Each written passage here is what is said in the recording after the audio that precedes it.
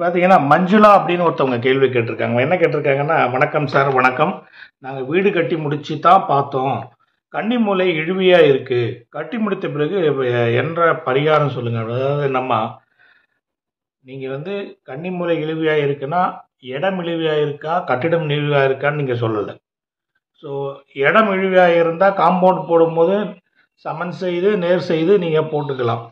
ஆனால் கட்டிடமே நீங்க கன்னிமூலை பகுதியை மட்டும் நீங்க தெற்குலேயோ இல்ல மேற்கிலேயோ இழுத்துட்டீங்க அப்படின்னா உங்களுக்கு அக்னி மூலையோ இல்லது வாயு மூலையோ வெட்டுப்படக்கூடிய அமைப்பு ஏற்படும். இது மிக மிக தவறு.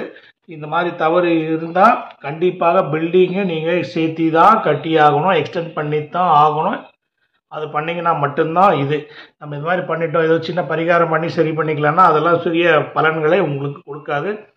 உங்களுடைய சைட்டை பார்க்கணும், இல்லை இடத்த பார்த்து தான் அதுக்கு என்ன சொல்யூஷன்ன்றதை கொடுக்க முடியுமா.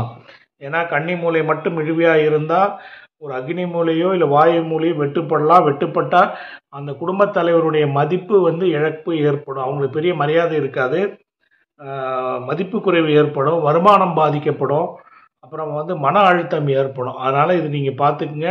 கன்னி மூலை எந்த காரணத்தை கொண்டும் இழுவையாக இருக்கக்கூடாது என்பது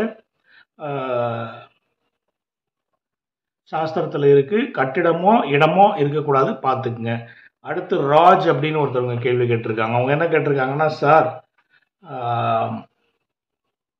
காம்பவுண்டு சுவருக்கு வெளியே வடமேற்கு பகுதியில் செப்டிக் டேங்க் கட்டலாமா? காம்பவுண்டு சுவருக்கு வெளியே வடமேற்கு பகுதியில் உங்களுக்கு காலி இடம் இருந்தால் தாராளமாக செப்டிக் டேங்க் கட்டலாம், எந்த தப்பும் கிடையாது.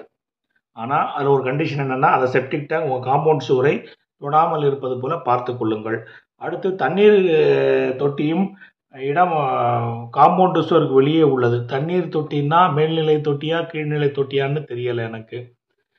கீழ்நிலை தொட்டியாக இருந்தால் காம்பவுண்டு சுவருக்கு வெளியே இருப்பது அவ்வளோ நல்லதில்லை.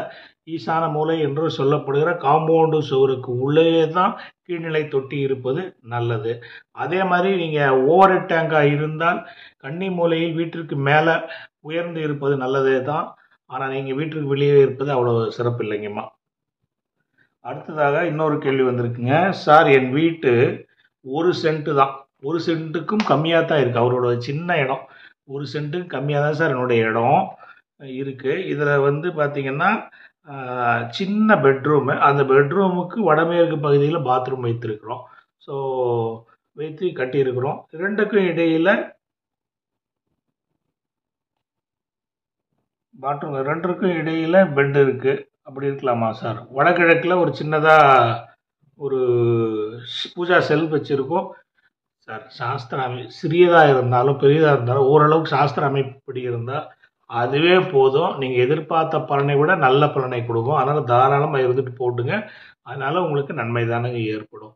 ஸோ இந்த நிகழ்ச்சி பிடிச்சிருந்தா லைக் பண்ணுங்கள், கமெண்ட் பண்ணுங்கள், உங்கள் நண்பரோட ஷேர் பண்ணுங்கள். இது வரைக்கும் சப்ஸ்கிரைப் பண்ணலாம், சப்ஸ்கிரைப் பண்ணிக்கோங்க.